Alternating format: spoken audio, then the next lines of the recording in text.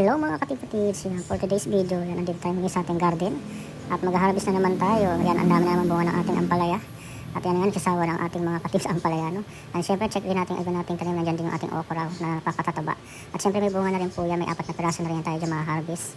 At yan sa wakas, sa tinagal-tagal yan, after 100 years, yan, makakain na tayo ng okra. At ito pa yung ating ibang halaman, no? Yan, at andyan din yung ating kalabasa. Yan, makikita nyo po, napakataba rin ang ating kalabasa. Palagay niyo guys, ano pa yung masarap na luto sa okra? At sabi nga daw nila masarap rin luto ilaga at iprito at isawsaw sa tuyo na may kalamansi at sili. At ito na nga yung ating kalabasa, no? At sobrang ataba niya. At sabi nga nila ilang weeks na lang daw tayo bubunga na. Excited na nga kami at para makakain man lang ng bunga ng kalabasa. At sabi nga nila masarap nga daw po ang bulaklak ng kalabasa. Sa mga hindi pa po nakakalam, ang bulaklak ng kalabasa ay tinotorta, no? At napakasarap. Ayan po yung natikman ko na at talagang napatunayan kong napakasarap. Ito yung ating sitaw, alokbati, tsaka sili. At ito yung ating naalagaan ng mga pato. Ang tagal-tagal nilang mangitlog. Excited pa naman ng buong team dito sa MC Home na maalagaan ng mga sisiw nila. God bless pa siya po ng ating video at huwag niyo pong kalimutan i-share. God bless po.